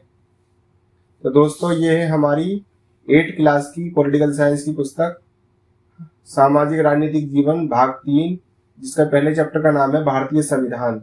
तो शुरू करते हैं। पहला क्वेश्चन है, भारतीय संविधान की आवश्यकता किस लिए है? तो उपरोक्त सभी के लिए है। अगले सवाल की ओर बढ़ते हैं, भारतीय संविधान का जनक किसे कहा जाता है? डॉक्टर भीमराव अंबेडकर को। अगले सवाल की ओर बढ़ते हैं, भारतीय राष्ट्रीय आंदोलन का उदय कौन सी सदी में हुआ? 19वीं सदी में। अगले सवाल की ओर बढ़ते हैं, राष्ट्रीय सीमाओं के आर पार अवैध रूप से गैर कानूनी खरीद बिक्री के व्यापार को क्या कहा जाता है? मानव व्यापार। अगले सवाल की तरफ बढ़ते हैं, किसी भी धर्म को राजकीय धर्म के रूप में बढ़ावा न देना क्या कहलाता है? धर्मनिरपेक्षता। अगले सवाल की तरफ बढ़ते हैं, भारतीय संविधान का गठन कब किया गया था? नवंबर 1946 में। अगले सवाल की तरफ बढ़ते हैं, लोकतंत्र की स्थापना कब हुई थी? 1949 में। अगले सवाल की ओर बढ़ते हैं, संघवाद क्या है? देश में एक से ज्यादा स्तरों की सरकार का होना। अगले सवाल की तरफ बढ़ते हैं, भारतीय संविधान प्रारूप समिति के अध्यक्ष कौन थे? डॉक्टर भीमराव अंबेडकर। अगले सवाल की तरफ बढ़ते हैं, भारतीय सभा की संघ संविधान समिति का अध्यक्ष कौन था? जवाहरलाल नेहरू। अगले सवाल की ओर बढ़ते हैं, भारत गणतंत्र कब बना? 26 जनवरी 1950। अगले सवाल की तरफ बढ़ते हैं, भारतीय संविधान सभा की स्थापना कब हुई? 6 दिसंबर 1946। अगले सवाल की तरफ बढ़ते हैं, किसी देश का शासन चलाने के लिए आवश्यक मूलभूत नियमों के संग्रह को क्या कहा जाता है? संविधान। अगले सवाल की तरफ बढ़ते हैं, भारतीय संविधान का निर्माण करने वाली सभा का गठन कब हुआ था? तो 1946 में। अगले सवाल की ओर बढ़ते हैं, भारतीय संविधान के अध्यक्ष कौन थे? डॉक्टर राजेंद्र प्रसाद। अगले सवाल की तरफ बढ़ते हैं, भारत संविधान के अनुसार सरकार के अंग कौन कौन से? तो उपरोक्त तीनों। अगले सवाल की ओर बढ़ते हैं, भारतीय संविधान कब बनकर तैयार हुआ? 26 नवंबर 1949। भारतीय संविधान कब लागू हुआ था? 26 जनवरी 1950। अगले सवाल की ओर बढ़ते हैं। संविधान के निर्माण में कितना समय लगा? 2 वर्ष 11 महीने 18 दिन। अगले सवाल की ओर बढ़ते हैं। भारतीय राष्ट्रीय कांग्रेस ने संविधान सभा के गठन की पहली बार मांग कब की? 1934 में। अगले सवाल की ओर बढ़ते हैं। भारतीय संविधान सभा का प्रथम अधिवेशन कब हुआ था? 9 दिसंबर 1946। अगले सवाल की ओर बढ़ते हैं। भारतीय संविधान के अनुसार मौलिक अधिकार की संख्या कितनी है? 6। अगले सवाल की ओर बढ़ते हैं। 26 नवंबर 1949 को संविधान पर अंतिम रूप से कितने सदस्यों ने हस्ताक्षर किए थे? तो 284। अगले सवाल की ओर बढ़ते हैं। नेपाल एक गणतंत्र के रूप में कब अस्तित्व में आया? 28 मई 2008। अगले सवाल की ओर बढ़ते हैं। भारतीय संविधान की अंतरात्मा किसे कहा गया है? मौलिक अधिकार को। तो दोस्तों बढ़ते हैं अपने अगले चैप्टर की ओर, धर्मनिरपेक्षता की समझ। पहला सवाल है, भारतीय संविधान के किस अनुच्छेद में अस्पृश्यता की समाप्ति का प्रावधान है? तो अनुच्छेद 17 में। अगले सवाल की ओर बढ़ते हैं। हमारे राष्ट्रीय पर्व कौन सा है? उपरोक्त तीनों। अगले सवाल की ओर बढ़ते हैं। भारतीय धर्मनिरपेक्षता क्या है? उपरोक्त सभी। अगले सवाल की ओर बढ़ते हैं। भारतीय संविधान ने किस पर पाबंदी लगाई? छुआछूत पर। अगले सवाल की ओर बढ़ते हैं। अमेरिका की वफादारी शपथ में क्या शब्द आता है? ईश्वर की छत्र छाया। अगले सवाल की ओर बढ़ते हैं। कौन धर्म के मामले में हस्तक्षेप कर सकता है? राज्य। अगले सवाल की ओर बढ़ते हैं। फरवरी 2004 में फ्रांस में किस प्रकार का कानून बनाया गया? उपरोक्त सभी। अगले सवाल की ओर बढ़ते हैं। सन 1960 के दशक में फ्रांस में किन की कमी हो गई थी? मजदूरों की। अगले सवाल की ओर बढ़ते हैं। फ्रांस के उपनिवेश देशों के नाम बताओ। तो उपरोक्त सभी। अगले सवाल की ओर बढ़ते हैं। फरवरी 2004 में फ्रांस में कौन सा कानून बनाया गया था? तो स्कूल में ना आना। अगले सवाल की ओर बढ़ते हैं। वफादारी की शपथ कहाँ पर ली जाती थी? संयुक्त राज्य अमेरिका में। अगले सवाल की ओर बढ़ते हैं। धार्मिक त्योहार कहाँ नहीं मनाए जाते? स्कूल में। अगले सवाल की ओर बढ़ते हैं। कौन सा राज्य धर्मनिरपेक्ष राज्य है? भारत। अगले सवाल की ओर बढ़ते हैं। भारत में कौन सा धर्म बहुसंख्यक की पंक्ति में आता है? हिंदू। अगले सवाल की ओर बढ़ते हैं। धर्म को राज्य से अलग रखने की अवधारणा को कहते हैं धर्मनिरपेक्षता। अगले सवाल की ओर बढ़ते हैं। भारत सरकार धार्मिक मामलों में हस्तक्षेप कर सकती है? हाँ। अगले सवाल की ओर बढ़ते हैं। भारतीय संविधान द्वारा भारत को कैसा राज्य घोषित किया गया? धर्मनिरपेक्ष। अगले सवाल की ओर बढ़ते हैं। किस धर्म में देश गैर मुसलमानों को मंदिर बनाने की आजादी नहीं है? सऊदी अरब में। अगले सवाल की ओर बढ़ते हैं। दोस्तों बढ़ते हैं अपने अगले चैप्टर की ओर। हमें संसद क्यों चाहिए? पहला प्रश्न है, संविधान का निर्माण किसके मेल से होता है? उपरोक्त तीनों के। अगले सवाल की ओर बढ़ते हैं। विधान पालिका में निर्वाचित सदस्य होने चाहिए, इसकी मांग किस सन में की गई? 1885 में। अगले सवाल की ओर बढ़ते हैं। किस तरह ये मांग की गई कि विधायिका में निर्वाचित सदस्य होने चाहिए? भारतीय राष्ट्रीय कांग्रेस द्वारा। अगले सवाल की ओर बढ़ते हैं। ईवीएम मशीन के इस्तेमाल से लगभग कितने लाख वृक्षों की सुरक्षा हुई? 1,50,000। अगले सवाल की ओर बढ़ते हैं। लोकसभा के कितने अंतराल में चुनाव कराए जाते थे? 5 साल में। अगले सवाल की ओर बढ़ते हैं। गठबंधन सरकार का क्या अर्थ है? कई राजनीतिक दलों द्वारा मिलकर एक सरकार बनाना। अगले सवाल की ओर बढ़ते हैं। संसद का निर्माण किस सन में किया गया था? सन 1930 में। अगले सवाल की ओर बढ़ते हैं। हरियाणा से राज्यसभा में कितने सदस्य हैं? 5। अगले सवाल की ओर बढ़ते हैं। किस राज्य की सीटें राज्यसभा में सबसे अधिक है? उत्तर प्रदेश। अगले सवाल की ओर बढ़ते हैं। जब संसद सत्र चल रहा होता है तो सबसे पहले क्या होता है? प्रश्नकाल। अगले सवाल की ओर बढ़ते हैं। 60 साल पहले संसद में कितने प्रतिशत महिलाएं थी? 4%। अगले सवाल की ओर बढ़ते हैं। आज के समय में संसद में कितने प्रतिशत महिलाएं हैं? 9% से थोड़ा ऊपर। अगले सवाल की ओर बढ़ते हैं। स्वीकृति शब्द का क्या अर्थ है? किसी चीज पर अपनी सहमति देना या किसी कार्य के पक्ष में काम करना। का और खा दोनों। अगले सवाल की ओर बढ़ते हैं। संसद में के क्या कार्य होते हैं? उपरोक्त सभी। अगले सवाल की ओर बढ़ते हैं। भारत कब आजाद हुआ था? 15 अगस्त 1947। अगले सवाल की ओर बढ़ते हैं। वोट डालने के लिए न्यूनतम आयु कितनी होनी चाहिए? 18 वर्ष। अगले सवाल की ओर बढ़ते हैं। 2004 के आम चुनावों में पहली बार किसका इस्तेमाल किया गया था? ईवीएम मशीन का। अगले सवाल की ओर बढ़ते हैं। राज्यसभा में कुल कितने सदस्य होते हैं? 245। अगले सवाल की ओर बढ़ते हैं। भारतीय संसद के कितने अंग हैं? 2। अगले सवाल की ओर बढ़ते हैं। लोकसभा में कुल कितने सदस्य होते हैं? 545। अगले प्रश्न की ओर चलते हैं। राज्यसभा के सदस्यों के लिए न्यूनतम आयु कितनी है? 30 वर्ष।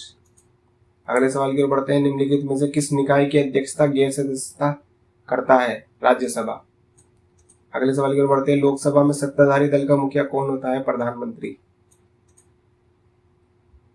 अगले सवाल की ओर बढ़ते हैं, निम्नलिखित में से लोकसभा सदस्य बनने की योग्यता नहीं है 25 वर्ष की कम उम्र हो। अगले सवाल की ओर बढ़ते हैं, निम्नलिखित में से किसके संबंध में राज्यसभा को लोकसभा के अपेक्षाकृत अधिक अधिकार प्राप्त है? नई अखिल भारतीय सेवाओं का गठन करना। अगले सवाल की ओर बढ़ते हैं, लोकसभा निम्न सदन का गठन कब हुआ था? 1951-52 में। भारत आजाद हुआ था 15 अगस्त 1947 में। अगले सवाल की ओर बढ़ते हैं, भारतीय राष्ट्रीय कांग्रेस की स्थापना कब हुई? 28 दिसंबर 1885 में। अगले सवाल की ओर बढ़ते हैं, गवर्नमेंट ऑफ इंडिया एक्ट कब बना? 1909 में। अगले सवाल की ओर बढ़ते हैं, संपूर्ण भारत में ईवीएम का इस्तेमाल कब हुआ? 2004 में।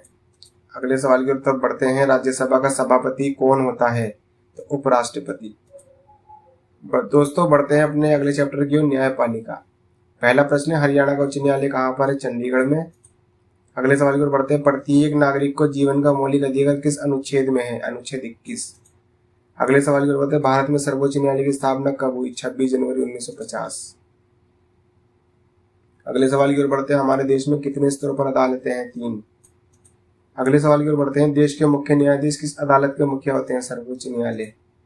अगले सवाल की ओर बढ़ते हैं, उच्च न्यायालय की स्थापना सबसे पहले कहाँ हुई थी? तो उपरोक्त तीनों में। अगले सवाल की ओर बढ़ते हैं, दिल्ली में उच्च न्यायालय की स्थापना कब हुई? 1966 में। अगले सवाल की ओर बढ़ते हैं, आज देश में कितने उच्च न्यायालय हैं? 24। अगले सवाल की ओर बढ़ते हैं, चंडीगढ़ में किस किस राज्य का उच्च न्यायालय है? 1 और 2। अगले सवाल की ओर बढ़ते हैं, क्या ऐसे व्यवहार या क्रियाओं से संबंधित है जिनमें किसी व्यक्ति विशेष के अधिकारों का उल्लंघन या अवहेलना होती है? जैसे कहते हैं दीवानी कानून। अगले सवाल की ओर बढ़ते हैं, पूर्वोत्तर में स्थित 7 राज्यों का उच्च न्यायालय कहाँ पर स्थित है? गुवाहाटी में। अगले सवाल की ओर बढ़ते हैं, उच्च न्यायाधीश कितने वर्ष की आयु में सेवानिवृत्त होते हैं? 62 वर्ष की। अगले सवाल की तरफ बढ़ते हैं, कितने मामलों में प्राथमिकी दर्ज करवाना अनिवार्य है? फौजदारी। अगले सवाल की ओर बढ़ते हैं, कौन सा अधिकार मौलिक अधिकारों का संरक्षक है? संवैधानिक उपचारों का अधिकार। अगले सवाल की ओर बढ़ते हैं, वर्तमान में सर्वोच्च न्यायालय में कुल कितने न्यायाधीश हैं? 31। अगले सवाल की ओर बढ़ते हैं, कितने समय बाद अदालत शांति की जमानत मंजूर कर लेती है? 1 महीने बाद। अगले सवाल की ओर बढ़ते हैं, कितने युवाओं के गिरोह का भांडाफोड़ किया जो गहने चोरी करते थे? इंस्पेक्टर शर्मा ने। अगले सवाल की ओर बढ़ते हैं, अपराध की जांच करने में पुलिस क्या भूमिका निभाती है? उपरोक्त सभी। अगले सवाल की ओर बढ़ते हैं, गवाह शब्द किसके लिए प्रयोग किया जाता? उस व्यक्ति के लिए जिसने मामले के संबंध में कुछ देखा, सुना या जाना हो। अगले सवाल की ओर बढ़ते हैं, कौन व्यक्ति दोषी है या नहीं ये तय करना किसका काम है? न्यायाधीश का। अगले सवाल की ओर बढ़ते हैं, अपराध की जांच के दौरान पुलिस को क्या करने का अधिकार नहीं है? उपरोक्त सभी। अगले सवाल की तरफ बढ़ते हैं, डी के बसु दिशा निर्देश किसके लिए बनाए गए थे? पुलिस एवं अन्य संस्थाओं के लिए। अगले सवाल की तरफ बढ़ते हैं, अपराध की जांच कर रहे पुलिस अधिकारी की पोशाक पर क्या क्या अंकित हुआ होना चाहिए? का और खा दोनों। अगले सवाल की ओर बढ़ते हैं, कितने घंटे के अंदर गिरफ्तार व्यक्ति के परिजनों को सूचित किया जाता है? 8 से 12 घंटे के भीतर। अगले सवाल की तरफ बढ़ते हैं, एफआईआर को हिंदी भाषा में क्या कहते हैं? प्रथम सूचना रिपोर्ट। अगले सवाल की ओर बढ़ते हैं, न्यायाधीशों की भूमिका क्या होती है? न्यायाधीश की भूमिका क्या होती है? तो उपरोक्त सभी में होती है। अगले सवाल की तरफ बढ़ते हैं, निष्पक्ष शब्द का क्या अर्थ होता है? न्यायसंगत व्यवहार करना। अगले सवाल की तरफ बढ़ते हैं, अंतर्राष्ट्रीय न्यायालय का मुख्यालय कहाँ पर स्थित है? द हेग में। अगले सवाल की तरफ बढ़ते हैं, उच्चतम न्यायालय के न्यायाधीश किस प्रकार हटाए जा सकते हैं? राष्ट्रपति के द्वारा संसद की सिफारिश पर। अगले सवाल की तरफ बढ़ते हैं, सर्वोच्च न्यायालय कहाँ पर स्थित है? दिल्ली में। अगले सवाल की तरफ बढ़ते हैं, पहली बार गणतंत्र दिवस कब मनाया गया था? 26 जनवरी 1950। अगले सवाल की तरफ बढ़ते हैं, दिल्ली उच्च न्यायालय का गठन कब हुआ था? 1966 में। अगले सवाल की तरफ बढ़ते हैं, पंजाब और हरियाणा में उच्च न्यायालय कहाँ पर स्थित है? चंडीगढ़ में। अगले सवाल की तरफ बढ़ते हैं, किसका संबंध व्यक्ति विशेष के अधिकारों के उल्लंघन या अवहेलना से होता है? दीवानी कानून। अगले सवाल की तरफ बढ़ते हैं, किस दशक में सर्वोच्च न्यायालय ने जनहित याचिका की व्यवस्था की थी? 1980।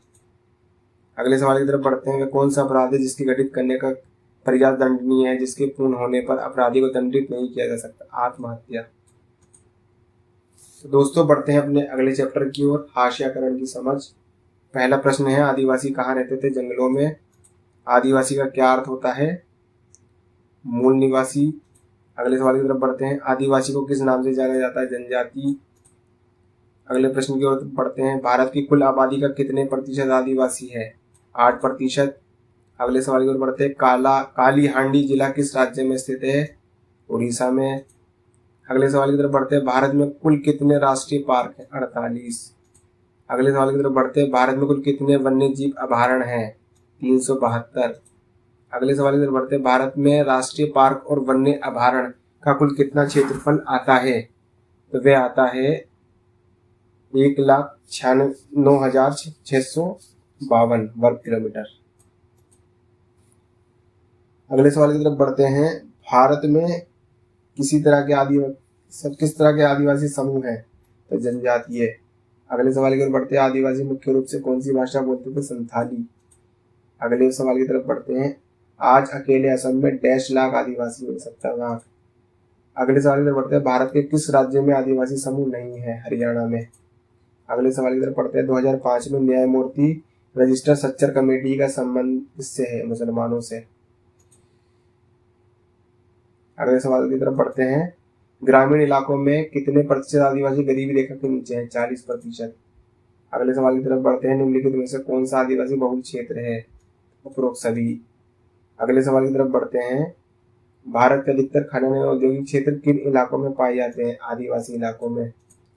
अगले सवाल की तरफ बढ़ते हैं, भारत में कितने प्रकार के आदिवासी समूह हैं? 500 तरह के। अगले सवाल की तरफ बढ़ते हैं, आदिवासी किसकी उपासना करते हैं? तो उपरोक्त सभी। अगले सवाल की तरफ बढ़ते हैं, कौन सी सदी में बहुत सारे आदिवासियों ने ईसाई धर्म अपनाया? 19वीं सदी में। अगले सवाल की तरफ बढ़ते हैं, स्कूलों के उत्सव पर सरकारी कार्यक्रम, किताबों और फिल्मों में आदिवासियों को किस तरह के रूप में दिखाया जाता है? उपरोक्त सभी। अगले सवाल की तरफ बढ़ते हैं, जंगलों से हमें क्या क्या मिलता है? उपरोक्त सभी। अगले सवाल की तरफ बढ़ते हैं, क्या आदिवासी बड़ी बड़ी रियासतों और रजवाड़ों के अधीन थे? नहीं। अगले सवाल की तरफ बढ़ते हैं, आदिवासी समूह अपनी आजीविका कैसे चलाते थे? का और खा दोनों। अगले सवाल की तरफ बढ़ते हैं, आदिवासी के बच्चे मुख्यतः किस बीमारी का शिकार थे? कुपोषण। अगले सवाल की तरफ बढ़ते हैं, 2001 की जनगणना के अनुसार भारत की आबादी और मुसलमानों की संख्या कितनी है? 13.4%।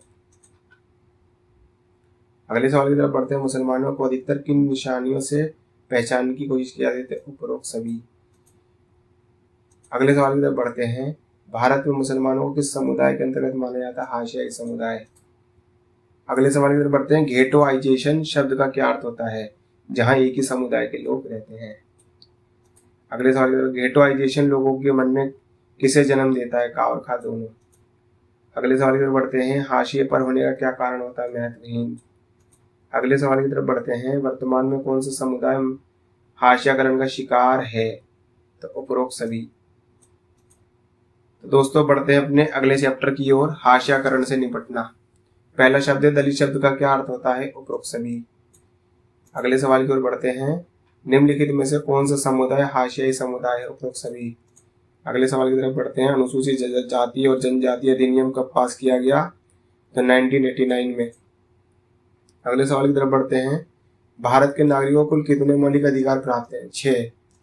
अगले सवाल की तरफ बढ़ते हैं, कौन सा वर्ग आरक्षण की श्रेणी में आता है? उपरोक्त सभी। अगले सवाल की तरफ बढ़ते हैं, आदिवासी 1989 के अधिनियम का किस रूप में सहारा लेते हैं? उपरोक्त सभी घटनाओं पर। अगले सवाल की तरफ बढ़ते हैं, आरक्षित नीति से किस वर्ग को लाभ होता है? उपरोक्त सभी। अगले सवाल की तरफ बढ़ते हैं, सरकार ने employment of manual scavengers and construction of dry latrines act कब पास किया था? 1993 में। अगले सवाल की तरफ बढ़ते हैं, सफाई कर्मचारी ने सिर पर मैला ढोने के खिलाफ सर्वोच्च न्यायालय में जनहित याचिका कब डाली थी? 2003 में। अगले सवाल की तरफ बढ़ते हैं, रत्नम के परिवार का सामाजिक बहिष्कार क्यों किया गया? रत्नम ने पुजारियों के पैर धोने से इनकार कर दिया था। अगले सवाल की तरफ बढ़ते हैं, संविधान के किस अनुच्छेद के अनुसार कहा गया था कि भारत के किसी भी नागरिक के साथ धर्म, नस्ल, जाति, बंधन या जन्मजात के आधार पर भेदभाव नहीं किया जाएगा? अनुच्छेद 15। अगले सवाल की तरफ बढ़ते हैं, सामाजिक न्याय को प्रोत्साहित करने वाली योजना कौन सी है? तो उपरोक्त सभी। अगले सवाल की तरफ बढ़ते हैं, सफाई कर्मचारी आंदोलन तथा 13 अन्य संगठन में व्यक्तियों ने 2003 में सर्वोच्च न्यायालय में किसके खिलाफ जनहित याचिका हाजिर की थी? तो सिर पर मेला ढोना। अगले सवाल की तरफ बढ़ते हैं। संविधान के किस अनुच्छेद के अनुसार अस्पृश्यता छुआछूत का उन्मूलन किया गया था? तो अनुच्छेद 17। अगले सवाल की तरफ बढ़ते हैं। पाठ के अनुसार किस गांव के लोग एक बड़े त्योहार की तैयारी में जुटे थे? का और खा दोनों। अगले सवाल की तरफ बढ़ते हैं। जकमालपुर गांव में कितने साल बाद एक बार स्थानीय देवता की पूजा की जाती है? तो 5 साल बाद। अगले सवाल की तरफ बढ़ते हैं। कितने गांव के पुजारी मिलकर इस पूजा को करते थे? 20। अगले सवाल की तरफ बढ़ते हैं। पाठ के अनुसार रत्नम कौन था? एक दलित समुदाय का एक व्यक्ति। अगले सवाल की तरफ, रत्नम किस विषय की पढ़ाई कर रहा था? इंजीनियर की। अगले सवाल की तरफ बढ़ते हैं। कुछ लोगों ने मिलकर कहाँ आग लगा दी थी? रत्नम की झोपड़ी में। अगले सवाल की तरफ चलते हैं। रत्नम ने किस तरह के कानून के तहत शिकायत दर्ज करवाई थी? का और खा दोनों। अगले सवाल की तरफ चलते हैं। पाठ के अनुसार कबीर कौन सी सदी के कवि थे? 15वीं सदी। अगले सवाल की तरफ चलते हैं। कबीर पेशे में क्या थे? बुनकर। अगले सवाल की तरफ चलते हैं। कबीर की कविताओं में किसकी आलोचना की गई? ताकतवर लोगों की। अगले सवाल की तरफ चलते हैं। मेला ढोने वाले लोगों के शरीर के किन भागों पर असर पड़ने का खतरा था? उपरोक्त सभी।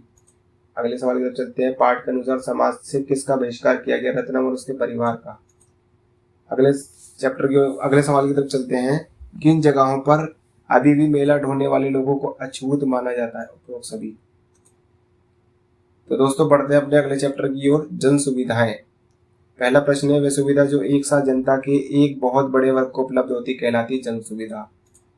अगले सवाल की तरफ चलते हैं। आलीशान होटलों में रहने वाले लोगों को रोजाना प्रति व्यक्ति कितना पानी मिलता था? 1600 लीटर। अगले सवाल की तरफ चलते, चेन्नई में जलापूर्ति की क्या विशेषता है? 2 और 3 दोनों। अगले सवाल की तरफ चलते, दुनिया के सभी लोगों की जलापूर्ति पर कैसी पहुंच होनी चाहिए? सार्वभौमिक। अगले सवाल की तरफ चलते हैं। जलापूर्ति का काम केवल किसके हाथों में होना चाहिए? सरकार के। अगले सवाल की तरफ चलते हैं। सुलभ इंटरनेशनल किस प्रकार का संगठन है? गैर सरकारी। अगले सवाल की तरफ चलते हैं। सुलभ इंटरनेशनल किस चीज के निर्माण पर बल देता है? शौचालय।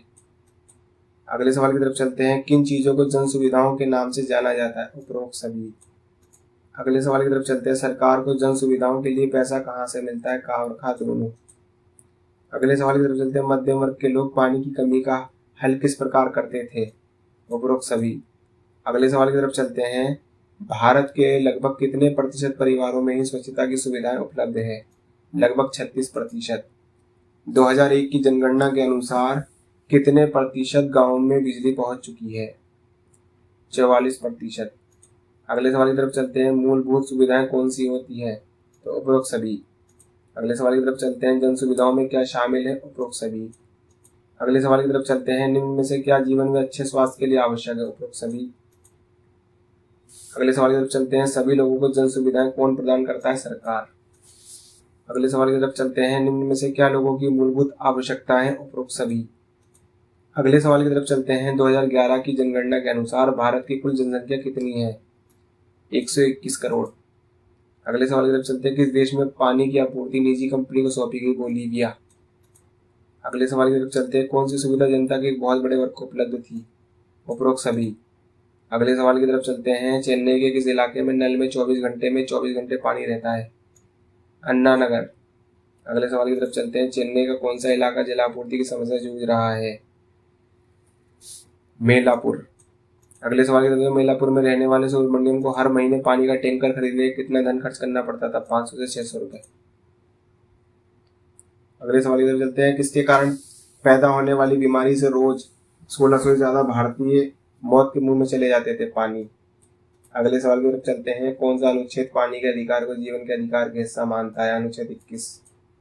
अगले सवाल की तरफ चलते हैं। निजी कंपनी की किस में रुचि नहीं होती थी? 1 और 2 दोनों में। अगले सवाल की तरफ चलते हैं। हमेशा से निजी कंपनियों का मुख्य उद्देश्य क्या होता है? लाभ कमाना।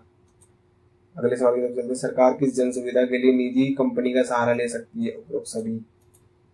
अगले सवाल की तरफ चलते हैं। शहरी इलाकों में प्रतिदिन प्रति व्यक्ति कम से कम कितना पानी मिलना चाहिए? तो 135 लीटर।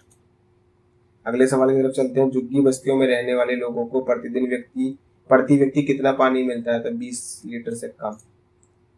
तो दोस्तों बढ़ते हैं अपने अगले चैप्टर की ओर। कानून और सामाजिक न्याय। तो पहला प्रश्न है, भारतीय संविधान में बच्चों के लिए शिक्षा के अधिकार की गारंटी कितने वर्ष की है? 6 से 14 वर्ष तक। अगले सवाल तक चलते हैं।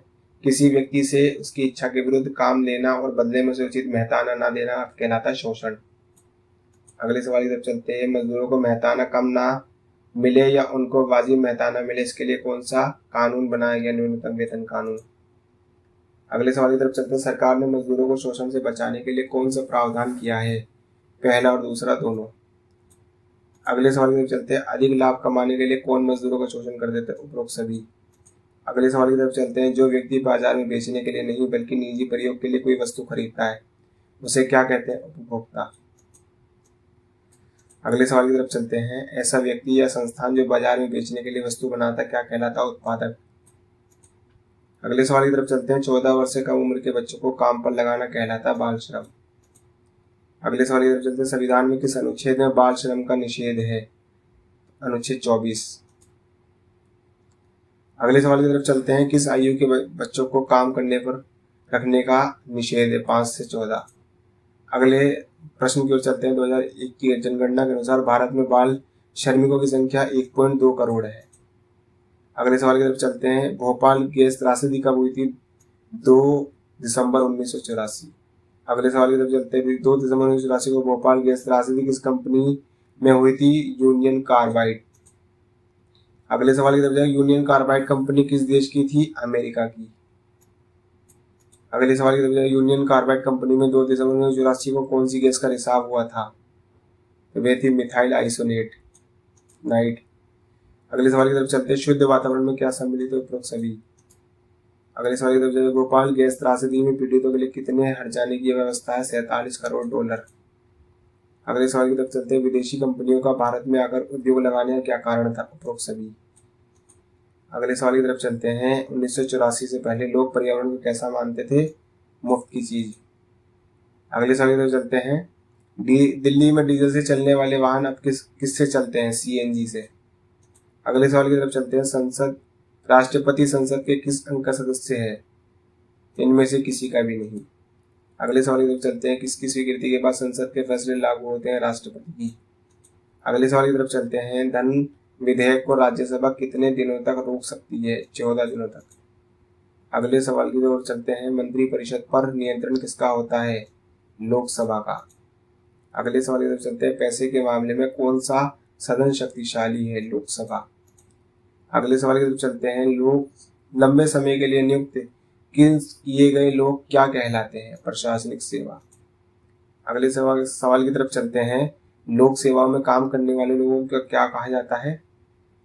Civil servant. अगले सवाल की ओर चलते हैं। जो व्यक्ति किसी भी सदन का सदस्य नहीं है, अगर उसे मंत्री बना दिया जाता है तो उसे कितने समय के अंदर किसी सदन का सदस्य बनना चाहिए? 6 माह। अगले सवाल की तरफ चलते हैं। मंत्रिपरिषद में विभिन्न स्तरों के लगभग कितने मंत्री होते हैं? 60 से 80। अगले सवाल की तरफ चलते हैं। कैबिनेट में कितने मंत्री होते हैं? लगभग 20। अगले सवाल की तरफ चलते हैं। प्रधानमंत्री की नियुक्ति कौन करता है? राष्ट्रपति। अगले सवाल की तरफ चलते हैं। कैबिनेट की बैठकों की अध्यक्षता कौन करता है? प्रधानमंत्री। अगले सवाल की तरफ चलते हैं। अगर डैश त्याग पत्र दे तो पूरा मंत्री ने इस्तीफा दे देता है? प्रधानमंत्री। अगले सवाल की तरफ चलते हैं। राष्ट्रपति का चुनाव किस तरह से होता है? अप्रत्यक्ष। अगले सवाल की तरफ चलते हैं। राष्ट्रपति किसकी नियुक्ति करता है? उपरोक्त सभी। अगले सवाल की ओर चलते हैं। अमेरिका में राष्ट्रपति का चुनाव किस तरह होता है? प्रत्यक्ष। अगले सवाल की तरफ चलते हैं। अमेरिका में राष्ट्रपति के कार्यकाल का समय कितना है? 4 साल। अगले सवाल की ओर चलते हैं। भारत के सर्वोच्च और उच्च न्यायालय के न्यायाधीश को बहुमत से अविश्वास प्रस्ताव हटाने के लिए कितने डैश बहुमत से अविश्वास प्रस्ताव पारित करके ही हटाया जा सकता है? तो 2/3। अगले सवाल की तरफ चलते हैं। विश्व की सबसे बड़ी गैस त्रासदी कहाँ हुई थी? भोपाल में। अगले सवाल की ओर चलते हैं। सुरक्षा उपायों को लागू करने की जिम्मेदारी किस पर होती है? सरकार के। अगले सवाल की तरफ चलते हैं। निम्न में से कौन सा अधिकार जीवन के अधिकार से संबंधित है? तो स्वास्थ्य का अधिकार। अगले सवाल की तरफ चलते हैं। संविधान के किस अनुच्छेद के अंतर्गत बेकार प्रतिबंध है? तो अनुच्छेद 23। बढ़ते हैं अपने इस पुस्तक के अंतिम प्रश्न पर। पानी का अधिकार और जीवन का अधिकार संविधान के किस अनुच्छेद में आता है? वह आता है अनुच्छेद 21 में। तो दोस्तों, ये था हमारा सामाजिक राजनीतिक जीवन कक्षा 8 की पुस्तक का MCQ रिव्यू।